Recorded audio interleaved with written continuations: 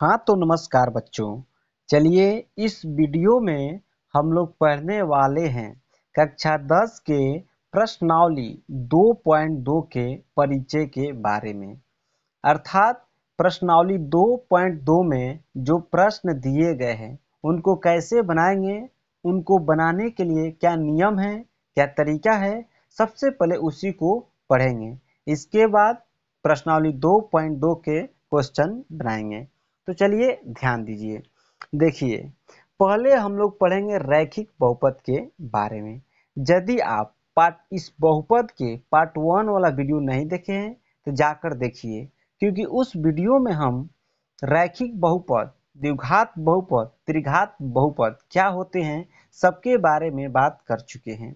ध्यान दीजिए, इस वीडियो में सिर्फ हम लोग बात करेंगे कि किसी बहुपद के शून्य को तथा गुणांकों के बीच में क्या संबंध होता है।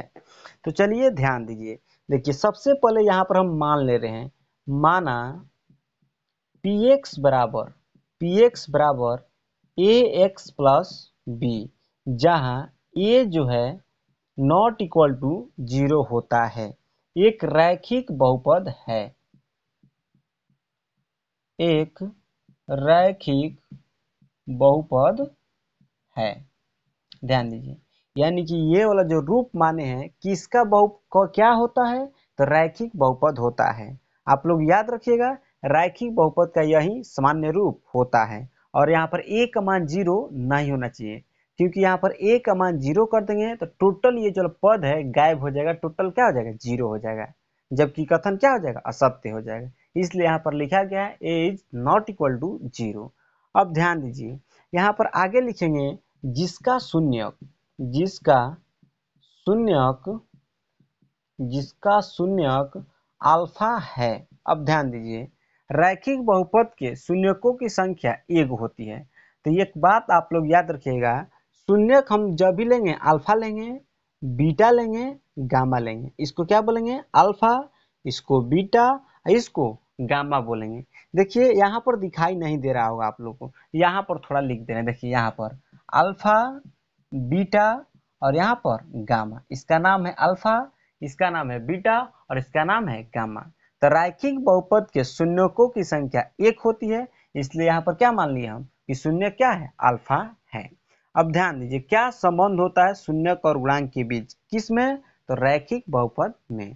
तो अल्फा बराबर यहाँ से लिख देंगे माइनस बी बाटा में ए, यही फॉर्मूला होता है, यही संबंध होता है। तो अब ध्यान देंगे, यहाँ पर तो माइनस है तो माइनस लिख देंगे। यहाँ पर b जो होता है ना, अचर पद का काम करता है, तो माइनस लिख कर अचर लिख देंगे। क्या होता है b, अचर होता है। अब बाटा में a जो है ये किसका गुणांक है, x का गुणांक है, तो नीचे लिख देंगे x का गुणांक। तो आप लोग इस बात को याद रखिएगा, कभी भी परीक्षा में पूछ देगा कि रैखिक बहुपदों के शून्यकों और गुणांकों के बीच संबंध क्या होता है, तो ये वाला हो गया शून्यक और ये वाला क्या हो गया, गुणांक हो गया। यानी अल्फा बराबर माइनस बी बटा में ए होता है। जैसे मान लीजिए यही वाला बहुपद आ गया ax प्लस बी, कह दिया ना इसका शून्यक क्या होगा, तो ax प्लस बी। तो इसका शून्यक तो दो तरीके से निकाल देंगे, एक तो डायरेक्ट हम लोग पास फॉर्मूला आ गया है, और शून्यक निकालने के लिए हम लोग जानते हैं शून्यक निकालना रहता है तो बराबर में क्या लिखते हैं, 0। ठीक, तो ax बराबर क्या हो जाएगा, ये प्लस में है, इधर आएगा तो माइनस में हो जाएगा, इसलिए x बराबर क्या आ जाएगा, माइनस बी बटा में a। यानी कि ये वाला जो रैखिक बहुपद है इसका शून्य क्या हो गया, माइनस बी बटा में a। और रैखिक बहुपद है तो सिर्फ और सिर्फ शून्यक एक ही आएगा। शून्यक मतलब आप लोग जानते हैं, इस मान को इस बहुपद में रखने पर पूरा इसको क्या कर देगा, शून्य कर देगा। समझ रहे ना। एक तो ऐसे हो गया, एक डायरेक्ट हम लोग को फॉर्मूला याद है माइनस बी बटा में ए। तो यहाँ पर अगर कहा इसका निकालने के लिए तो क्या लिखेंगे, माइनस बी बटा में ए, यानी माइनस बी बटा ए फॉर्मूला लिखेंगे। तो यहाँ पर बी के जब क्या है, बी है तो माइनस बी आ जाएगा। एक्स का गुणांक क्या है, ए है, तो यहाँ पर क्या लिख देंगे, ए लिख देंगे। समझ रहे हैं आप लोग ना।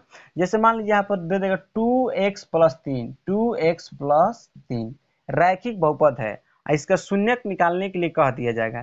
क्या कीजिएगा आप लोग, बराबर में 0 लिखकर निकालिएगा, लास्ट में कितना आंसर लेकर आइएगा, माइनस 3 बटा में 2। ऐसे भी निकाल सकते हैं, नहीं तो फॉर्मूला याद है आपको तो डायरेक्ट फॉर्मूला पर लिख दीजिएगा।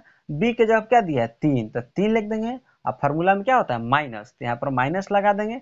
अब बटा में ए होता है तो ए का जवाब कितना है 2, यही हो जाएगा आंसर, -3/2। ऐसे भी आंसर आ जाएगा, ऐसे भी आ जाएगा, दोनों तरीके से बना सकते हैं। लेकिन डायरेक्ट परीक्षा में क्वेश्चन पूछ देगा कि रैखिक बहुपद के शून्यकों तथा गुणांकों के बीच में संबंध क्या होता है, तो आंसर मारिएगा अल्फा बराबर -b/a, चाहे माइनस अचर बटा में x का गुणांक, यही हर फाइनल आंसर होगा। चलिए अब द्विघात बहुपद को समझते हैं। तो चलिए ध्यान दीजिए, देखिए द्विघात बहुपद में शून्यकों तथा गुणांकों के बीच में संबंध क्या होता है।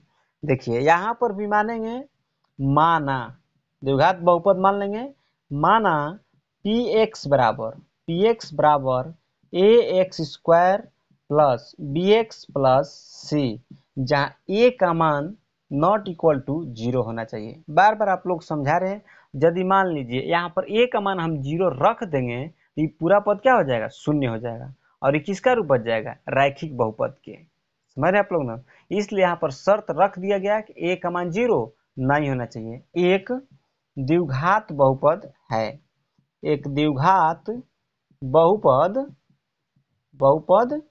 है जिसके शून्यक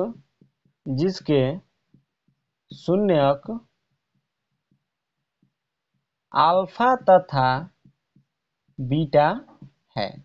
अभी आप लोग बताएं कि शून्य कितना लेकर चलेंगे, अल्फा बीटा गामा। तो हम लोग जानते हैं कि रैखिक बहुपद का शून्यकों की संख्या 1 होता है, इसलिए वहां पर क्या माने थे, अल्फा सिर्फ, और द्विघात बहुपद के शून्यकों की संख्या 2 होती है, इसलिए यहाँ पर अल्फा तथा बीटा माने हैं। अब ध्यान दीजिएगा, अब देखिए पहला इसमें संबंध क्या होता है, alpha plus beta. Alpha plus beta का मतलब क्या होता है, शून्यकों का योग, क्योंकि अल्फा और बीटा हमारा क्या है, शून्यक है, इसको जोड़ दिए यानी कि शून्यकों का योग। इसको हिंदी में बोलेंगे शून्यकों का योग, शून्यकों का योग बराबर -b/में a बराबर। अब ध्यान देंगे, यहाँ पर ध्यान दीजिएगा, देखिए माइनस है तो माइनस लगा देंगे। अब इसमें ध्यान देंगे b जो है किसका गुणांक है, x का गुणांक है, तो यहाँ पर लिख देंगे x का गुणांक, x का गुणांक बटा में a जो है किसका गुणांक है, x² का गुणांक है। गुणांक के मतलब होता है ना गुणा का अंक, तो यहाँ पर क्या लिख देंगे, x² का गुणांक। अब ध्यान दीजिए, आप लोग यहाँ से डायरेक्ट याद रखिएगा, कभी भी आप लोग से पूछा जाएगा कि शून्यकों का योग बराबर फॉर्मूला क्या होता है, तो डायरेक्ट आप लोग आंसर बोलिएगा -b/में a। समझ रहे आप लोग ना, ये वाला -b/a नहीं दिखाई देगा तो -x का गुणांक बटा में x² का गुणांक। लेकिन इसी पर बार बार क्वेश्चन बनता है कि शून्यकों का योग बराबर -b/में a, आप लोग याद रखिएगा। अभी थ्योरी समझा रहे हैं, इसके बाद आप लोग से एक दो क्वेश्चन पूछेंगे, आप लोग को पूरा क्लियर हो जाएगा। अब ध्यान दीजिए, देखिए दूसरा इसमें क्या संबंध होता है, अल्फा इंटू बीटा होता है, अल्फा इंटू बीटा होता है, यानी शून्यकों का गुणनफल, इसी को बोलते हैं हिंदी में शून्यकों का गुणनफल, शून्यकों का गुणनफल बराबर फॉर्मूला होता है c/में a। अब ध्यान दीजिए, c ध्यान देंगे यहाँ पर, तो c जो है ना अचर पद है, क्योंकि इसके साथ कोई चर x y नहीं है, तो यहाँ पर लिखेंगे अचर, अचर लिख देंगे बटा में a जो है किसका गुणांक है, x² का गुणांक है, तो यहाँ पर लिख देंगे x² का गुणांक। अब ध्यान दीजिए, आप लोग क्वेश्चन क्या पूछता है परीक्षा में, डायरेक्ट कहेगा ना कि शून्यकों का गुणनफल बराबर फॉर्मूला क्या होता है, डायरेक्ट आंसर मारिएगा c/a। यदि आप लोग को परीक्षा में c/a नहीं दिखाई देगा, अचर पद बटा में x² का गुणांक, यही आंसर हो जाएगा। तो आप ध्यान दीजिएगा, रैखिक बहुपद पढ़ाया उसमें कितना संबंध आया था, a आया था, अल्फा बराबर -b/में a। द्विघात बहुपद है तो इसमें कितना आ जाएगा संबंध, इसका घात कितना होता है 2, इसलिए द्विघात बहुपद है, इसलिए इसमें संबंध कितना हो जाएगा 2, 2 हो जाएगा। शून्यकों का योगफल बराबर -b/में a, शून्यकों का गुणनफल बराबर c/में a। याद रहेगा ना आप लोगों को। अब ध्यान दीजिए, अब कभी कभी परीक्षा में क्या करता है, आपको शून्यक दे देगा, शून्यक दे देता है, अर्थात शून्यकों का योगफल दे देगा और शून्यकों का गुणनफल दे देगा, कहेगा कि द्विघात बहुपद ज्ञात कीजिए, तो कैसे ज्ञात करेंगे? देखिए द्विघात सूत्र लगा देंगे, द्विघात सूत्र, इस सूत्र को आप लोग याद रखिएगा, क्योंकि जब एक्सरसाइज बनाएंगे ना तो आप लोग टोटल क्लियर समझ में आएगा। देखिए उन्हीं बच्चों को चैप्टर समझ में नहीं आता है जिनका थ्योरी कंप्लीट नहीं रहता है, तो ध्यान दीजिए। देखिए द्विघात सूत्र होता है x square minus alpha plus beta into x plus alpha into beta. इसको एकदम दिमाग में बढ़िया से छाप लीजिएगा। चलिए ध्यान दीजिए, यदि आपको वीडियो अच्छा लग रहा है तो चैनल को जरूर सब्सक्राइब कीजिएगा और अपने दोस्तों को भी जोड़िएगा। चलिए ध्यान दीजिए, आगे बढ़ते हैं। यहाँ पर ध्यान दीजिए, अब क्वेश्चन आप लोग से पूछ रहे हैं। देखिए क्वेश्चन कैसे पूछता है, मान लीजिए यहाँ पर एक द्विघात लिख दिए बहुपद 2x square plus 3x plus 5, समझ रहे ना, ये क्या है? द्विघात बहुपद है। अब यहाँ से क्वेश्चन पूछेगा आप लोगों से कि बताइए इस द्विघात बहुपद के शून्यकों का योगफल क्या होगा। तो आप ध्यान दीजिएगा, यहाँ पर देखिए निकाल रहे हैं, तो शून्यकों का योगफल का मतलब क्या होता है? अल्फा प्लस बीटा, और अल्फा प्लस बीटा बराबर अभी आप लोग हम फॉर्मूला लिखवाए हैं माइनस बी बटा में ए होता है। ठीक, तो माइनस से फॉर्मूला में तो माइनस लिख देंगे। इसमें ध्यान देंगे ना तो बी का मान क्या होता है? जो x का गुणांक होता है ना वही b का मान होता है। देखिए यहाँ पर भी b का, x का गुणांक जो होता है ना वही b का मान होता है। तो यहाँ पर x का गुणांक कितना है? 3, यहाँ पर 3 लिख देंगे। अब बटा में a जो होता है एक्स स्क्वायर का गुणांक होता है, तो एक्स स्क्वायर का गुणांक कौन है? 2, बटा में 2, यानी शून्यकों का योगफल का आंसर कितना हो जाएगा? -3 बटा में 2। आई होप कि आप लोग पूरा कंप्लीट समझ में आ रहा होगा। अब ध्यान दीजिए, कह देगा यहाँ से शून्यकों का गुणनफल कितना होगा, तो अल्फा इंटू बीटा बराबर सी बाई ए हो जाएगा। ठीक, तो सी का मान कितना है? 5 है, और ए का मान कितना है? 2, 5 बटा 2, यही हमारा फाइनल आंसर हो जाएगा। अब यहाँ पर ध्यान दीजिए, ये सूत्र का कैसे यूज होता है क्वेश्चन में। कह देगा ना कि शून्यकों का योगफल यानी अल्फा प्लस बीटा बराबर दे दिया कितना? 2, और शून्यकों का गुणनफल दे देगा अल्फा इंटू बीटा बराबर 3। ठीक, दे दिया, और कहेगा कि द्विघात बहुपद ज्ञात कीजिए। तो आप लोग कुछ नहीं करना है, जो ये फॉर्मूला लिखवाए हैं इसी पर बैठा देना है। देखिए लिख देंगे फॉर्मूला, सबसे पहले x square minus alpha plus beta, इसका मान कितना दिया है? 2, यहाँ पर 2 लिखेंगे तो यहाँ पर गुणा में क्या है? एक्स, तो 2 में एक्स में गुणा करेंगे कितना हो जाएगा? 2x plus alpha into beta का मान कितना दिया है? 3, यहाँ पर 3 रख देंगे। यही हमारा द्विघात बहुपद है, यही हमारा आंसर हो जाएगा। तो चलिए आई होप कि आप लोग पूरा कंप्लीट समझ में आ रहा होगा। अब चलते हैं त्रिघात बहुपद पे। देखिए त्रिघात बहुपद आप लोग एग्जाम की दृष्टि से नहीं है, लिखा गया है, लेकिन एग्जाम में बार बार इससे क्वेश्चन ऑब्जेक्टिव टाइप के बनता है। तो त्रिघात बहुपद को हम लोग क्लियर कर ले रहे हैं। चलिए ध्यान, हाँ तो चलिए ध्यान दीजिए। देखिए त्रिघात बहुपद के बारे में पढ़ लेते हैं। हालांकि आपके बुक में लिख दिया है कि यह प्रश्नावली परीक्षा की दृष्टि से नहीं है, लेकिन बार बार एग्जाम में इससे ऑब्जेक्टिव टाइप का क्वेश्चन बनता है। तो चलिए ध्यान दीजिए, देखिए इसके बारे में थोड़ा पढ़ते हैं।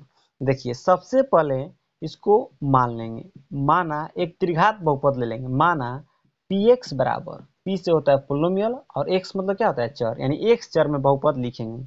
और कैसा बहुपद लिखेंगे? तो त्रिघात बहुपद। पी एक्स बराबर A X cube plus B X square plus C X plus D, जहाँ A is not equal to 0, एक एक त्रिघात एक त्रिघात है बहुपद है जिसके शून्यक अल्फा बीटा तथा गामा है। क्योंकि त्रिघात बहुपद है तो इसका शून्यकों की संख्या कितना होगा? तो 3 गो होगा, इसलिए क्या मान लिया? Alpha beta gamma. देखिए इसमें शून्यकों और गुणांकों के बीच में क्या संबंध होते हैं, ध्यान दीजिए। देखिए इसमें कितना होगा? रैखिक बहुपद था तो एगो संबंध हुआ, द्विघात बहुपद था तो 2 गो संबंध हुआ, त्रिघात बहुपद है तो 3 गो संबंध होगा इसमें। देखिए तीनों संबंध क्या होता है, ध्यान दीजिए। देखिए पहला alpha plus beta plus gamma, यानी कि तीनों शून्यकों का योगफल लिख दिए। क्या होता है इसका फॉर्मूला? माइनस बी बटा में ए, माइनस लिख देंगे। और यहाँ पर ध्यान देंगे बी जो है क्या है? एक्स स्क्वायर का गुणांक है, तो यहाँ पर लिख देंगे एक्स स्क्वायर का गुणांक बटा में ये क्या है, एक्स क्यू का गुणांक, एक्स क्यू का गुणांक। आप लोग इस बात पर ध्यान रखिएगा, कभी भी बी आ जाएगा यानी एक्स स्क्वायर का गुणांक जो होता है ना वहीं बी का मान होता है, और एक्स क्यू का जो गुणांक होता है वहीं क्या होता है, ए का मान होता है। किस में, तो त्रिघात बहुपद में। इस बात को याद रखिएगा। दूसरा ध्यान दीजिए, अब यहाँ पर दो गो शून्यकों के गुणनफल का योगफल बराबर क्या होता है, यानी अल्फा इंटू बीटा, बीटा समाप्त हुआ तो फिर बीटा इंटू गामा, गामा से समाप्त हुआ तो फिर अल्फा पा जाएंगे, गामा इंटू अल्फा बराबर फॉर्मूला होता है सी बटा में डी। तो हो जाएगा सी क्या है यहाँ पर, एक्स का गुणांक, तो लिखेंगे एक्स का गुणांक, एक्स का गुणांक, अब बटा में डी क्या है, तो अचर है, तो लिखेंगे अचर, अचर लिख देंगे यहाँ पर। लेकिन यहाँ पर ध्यान दीजिएगा मेरे दोस्त, थोड़ा सा यहाँ पर मिस्टेक हो रहा है। यहाँ पर जो फॉर्मूला लिखे है ना, सी बटा डी नहीं होता है, यहाँ पर सी बटा में ए होता है। तो यहाँ पर ए ध्यान देंगे क्या है, एक्स क्यू का गुणांक है, यहाँ पर लिख देंगे एक्स क्यू का गुणांक। अब ध्यान दीजिए, कभी भी आपसे पूछा जाएगा तो सी क्या है, एक्स का गुणांक, यानी एक्स का जो गुणांक होगा ना वहीं सी का मान होगा। ये तो पता है पहले से, एक्स क्यू का गुणांक होता है। ध्यान दीजिए, अब तीसरा ध्यान दीजिए, तीसरा संबंध क्या होता है, तीसरा संबंध होता है ना तीनों शून्यकों का गुणनफल, यानी alpha into beta into gamma बराबर फॉर्मूला होता है माइनस डी बटा में ए, बराबर में माइनस है तो माइनस लिख देंगे, डी जो है क्या है, अचर है, तो यहाँ पर लिख देंगे अचर, यानी अचर पद है तो अचर। अब बटा में ए जो है क्या है, एक्स क्यू का गुणांक, तो यहाँ पर लिखेंगे एक्स क्यू का गुणांक। अब ध्यान दीजिए, क्वेश्चन कैसे इस पर पूछता है, ऑब्जेक्टिव टाइप का। देखिए कभी कभी तो डायरेक्ट फॉर्मूले इससे पूछ देता है, डायरेक्ट पूछेगा कि बताइए त्रिघात बहुपद में शून्यकों का योगफल बराबर फॉर्मूला क्या होता है। डायरेक्ट आंसर मारिएगा माइनस बी बटा में ए। अगर डायरेक्ट कहेगा कि त्रिघात बहुपद में शून्यकों तथा गुणांकों के बीच संबंध क्या होता है योगफल में, तो आंसर क्या मारेंगे, माइनस एक्स स्क्वायर का गुणांक बटा में एक्स क्यू का गुणांक। अब फिर पूछेगा दो गो शून्यकों का गुणनफल का योगफल का फॉर्मूला क्या होता है, तो सी बटा में ए। यदि ऑप्शन में सी बटा ए नहीं दिखाई देगा तो एक्स का गुणांक बटा में एक्स क्यू का गुणांक, और तीनों शून्यकों का गुणनफल बराबर फॉर्मूला क्या होता है, तो माइनस डी बटा में ए। नहीं रहेगा तो मारेंगे माइनस अचर और बटा में एक्स क्यू का गुणांक। ये किसमें का है, तो त्रिघात बहुपद का फॉर्मूला है। सब समझ रहे हैं ना आप लोग। अब ध्यान दीजिए, अब होता है जैसे द्विघात बहुपद का सूत्र पूछ हम लोग पढ़े ना पीछे, ठीक वैसे ही त्रिघात बहुपद का भी सूत्र होता है। त्रिघात बहुपद के यहाँ पर सूत्र लिख दे रहे हैं, आप लोग याद रखिएगा। देखिए यहीं पर लिख दे रहे हैं, त्रिघात बहुपद का सूत्र। अब ध्यान दीजिए, दिखाई दे रहा होगा आप लोग को, ध्यान दीजिए यहाँ पर लिख देंगे x Q minus alpha plus beta plus gamma into x square plus alpha into beta plus beta into gamma plus यहाँ पर हो जाएगा गामा इंटू अल्फा। समझ रहे ना, इसको कोष्ठ में बंद कर देंगे और यहाँ पर लिख देंगे, यहाँ पर लिखेंगे एक्स। समझ रहे आप लोग ना। अब फिर इसके बाद इसके लास्ट में अब ध्यान दीजिए यहीं पर लिख दे रहे हैं। आई होप कि आप लोग को दिखाई दे रहा होगा। देखिए थोड़ा सा स्पेस कम है मेरे दोस्त लोग, देखिए देखिए यहीं पर लिख दे रहे हैं, यहीं पर थोड़ा सा देखिए यहाँ पर माइनस करके, ध्यान दीजिएगा थोड़ा, यहाँ पर माइनस करके लिख देंगे alpha into beta into gamma. यही हमारा सूत्र हो जाएगा किसका, तो त्रिघात बहुपद का सूत्र हो जाएगा। और इस सूत्र को आप लोग याद रखिएगा, क्योंकि परीक्षा में क्या होता है ना, डायरेक्ट कभी कभी कहता है ना कि निम्नलिखित में से त्रिघात बहुपद का सूत्र कौन है। समझ रहे हैं ना, इस बात को याद रखिएगा। और कभी कभी परीक्षा में ये भी पूछता है कि निम्नलिखित में से द्विघात बहुपद का सूत्र क्या होता है। समझ रहे ना। आई होप कि जितना आप लोग समझाए होंगे आप लोग कंप्लीट समझ में आया होगा। तो चलिए इसका अब प्रश्नावली 2.2 देखेंगे नेक्स्ट वीडियो में। तब तक के लिए बाय बाय, धन्यवाद।